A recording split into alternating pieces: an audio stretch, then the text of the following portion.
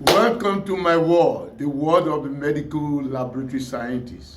Health is wealth, knowledge is power. Today's topic has to do with healthy aging and medical laboratory.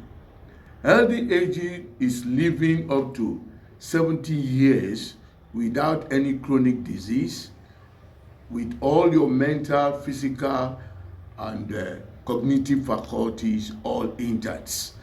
You can imagine there are people who live up to that age and they are not having any chronic disease and they are still very erect.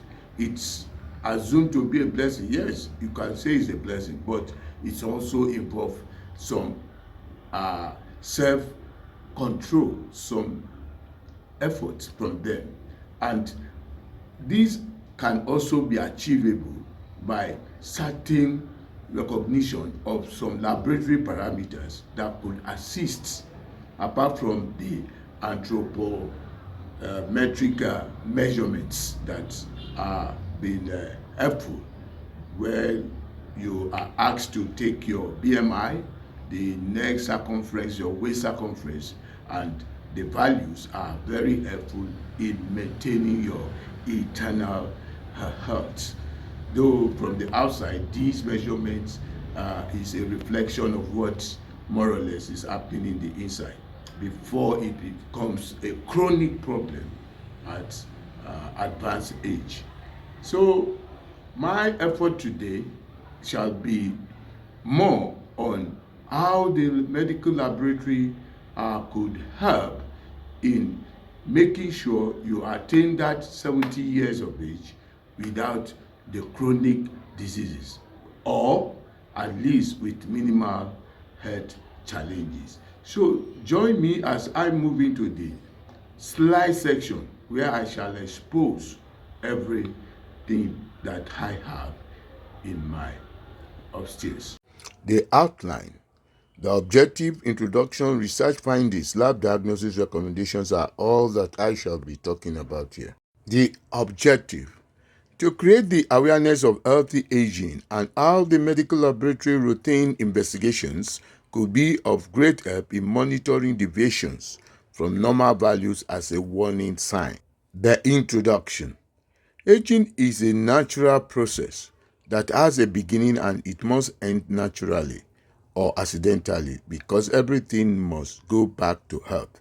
Like the 9 months in the womb demands some precautionary measures to ensure all full terms without congenital disease, so also our useful days demand some precautionary measures that will not result in chronic diseases at old age. Most of the chronic diseases that we suffer at old age are useful excesses, exuberances, those risks, escapades, and whatever you want to call it, that we took, and they are gradually, insidiously destroying our internal system and organs.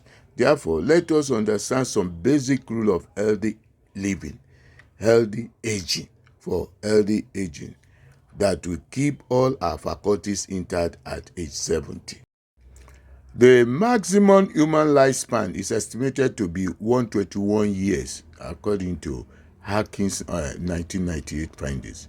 There are many factors like the environment, genetics, and lifestyle that affects its attainment. So we talk about life expectancy. The life expectancy, it is usually defined as the age at which half the total population still survive. A baby born in England in 1780 could expect to live to be 35 years old then. In Massachusetts, during that same time, the life expectancy was 28 years. You can imagine what Africa's life expectancy was. This was the normal range of human life expectancy for most of the human race in most times. Even today, the life expectancy in some areas of the world, Cambodia, Togo, Afghanistan, and several other countries is less than 40 years. In the United States, a child born in 1986 can expect to live 71 years if male and 78 years if female. You can imagine what those who live to 70 years are doing right in countries where life expectancy is 40. They must be living below stress level, because you can imagine the stress, the infection and what have you in those countries, and then how people can live to be 70 years and above. Let us look at the effort of WHO at improving lifespan, starting with children, which they celebrated the milestone of reduction in infant mortality before age 5 due to effective immunization of children this year. Wash water is another program for washing hands, water and sanitation hygiene, which has drastically reduced the high rate of communicable diseases in developed countries and some developing countries that are economically buoyant. The common problem now associated with the elderly is the increase in non-communicable diseases, turning chronic diseases because many have become incurable. And most of these people who probably experience chronic diseases are people who probably must have died from these communicable diseases at earlier age, especially when these various antimicrobial agents were not found. So now that life expectancy is improved with the antimicrobial, the vaccines, and what we are doing right, the non-communicable disease is now taking the front burner role. Research findings. A study on transition or replacement of animal-based protein with plant-based protein based on age, collecting data set from over 101 countries from 1961 to 2018, found association between low total protein supplies and higher mortality rate across all ages group. So where you are reducing your protein, it's a very dangerous thing, whether at very youthful age, because protein is very necessary to build the body and all the enzymes that perform great functions in the body. So it is not advisable. Early life survivorship improves with higher animal-based protein and fat supplies, while later life survival improves with increased plant-based protein and lower fat supply. Here we show that the optimal balance of protein and fat in national food supply, which correlates with minimal mortality, varies with age, suggesting that reduction in dietary protein, especially from animal sources, may need to be managed with age-specific redistribution to balance health and the environmental benefits. Another research study, also in line, is a longitudinal study suggests that a diet rich in plant-based food with a moderate intake of healthful animal-based food could support healthy aging. So you can look at that picture and get used to probably what you need to add to your diet. Yet another study, in a study in Nature Medicine, of the more than 105,000 middle-aged participants, all U.S. health professionals were there included, about 9% had aged healthfully over the 30 years follow-up. The closer participants adhered to any of the 8 chosen dietary patterns, which include a high intake of fruit, vegetable, whole grains, unsaturated fat, nuts, legumes, and low-fat diet, the more likely they were to age healthfully. So it is more like saying people should stick to being vegetarians and just add some animal fat. Healthy aging was also tied to lower consumption of trans fats, sodium, sugary beverages, and red or processed meats. These days, they have even found trans fat and processed meat as carcinogen, triggering this cancer. The results suggest that although there is no one-size-fits-all approach to healthful eating, emphasizing certain food groups can promote long-term wellness. Yes, let us examine why these minerals, vegetables, vitamins, and fruits were helping aging.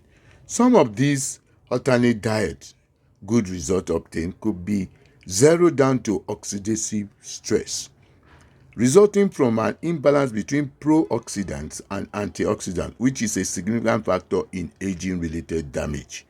Reactive oxygen species ROS can damage cells, membrane, protein, and nucleic acid formed in high cholesterol food. So you get these ROS produced when you eat too much calories, high calorie foods, and you don't get, you cannot eat high calorie food by just mere eating vegetables, plant, and what they have low calorie. So they do not produce much of this ROS, and rather they help produce antioxidants that act against all this. So if you mix your diet with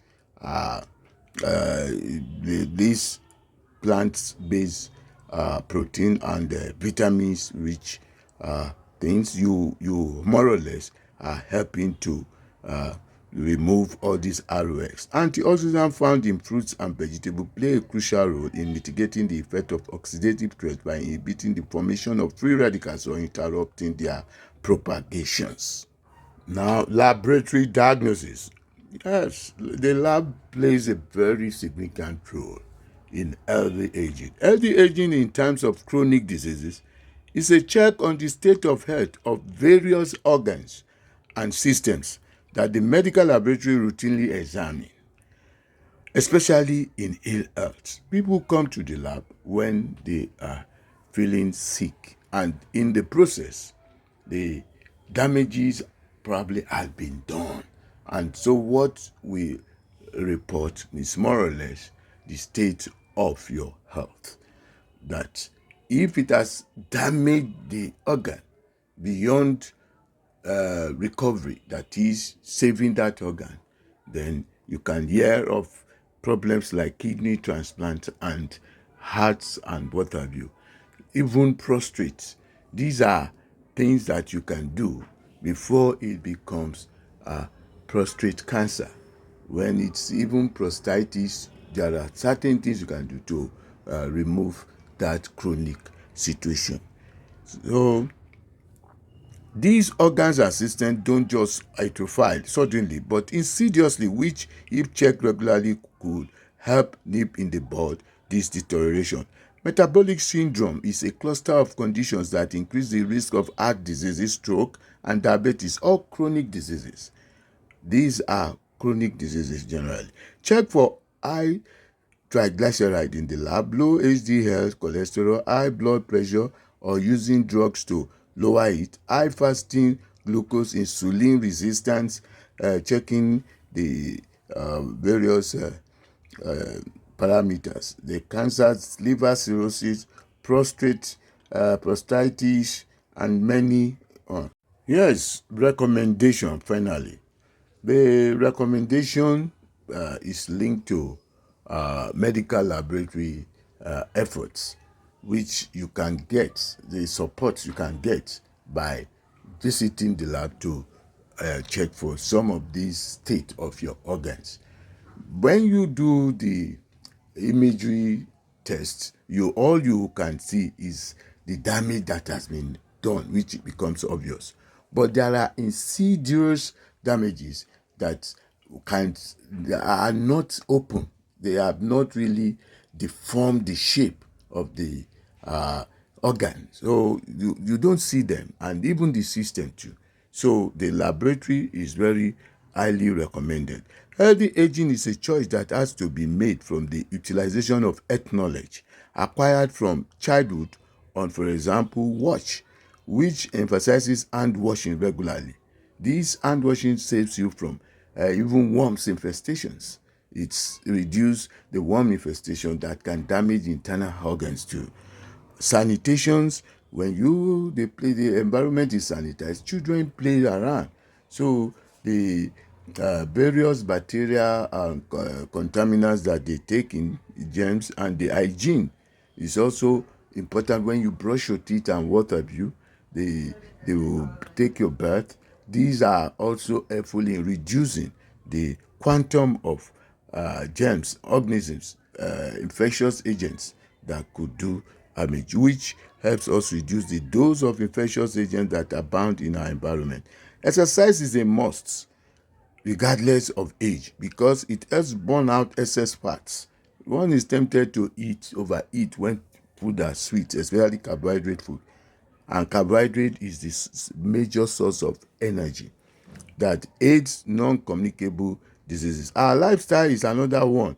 When we talk about escapades, smoking and alcohol intakes, including harmful drugs, are issues that wouldn't allow for healthy aging. It does not allow us to live healthily. Finally, take animal proteins and fats moderately at youth.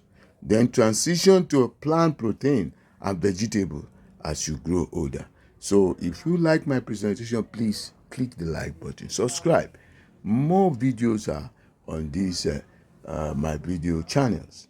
Just tune on to the one that interests you. Thank you.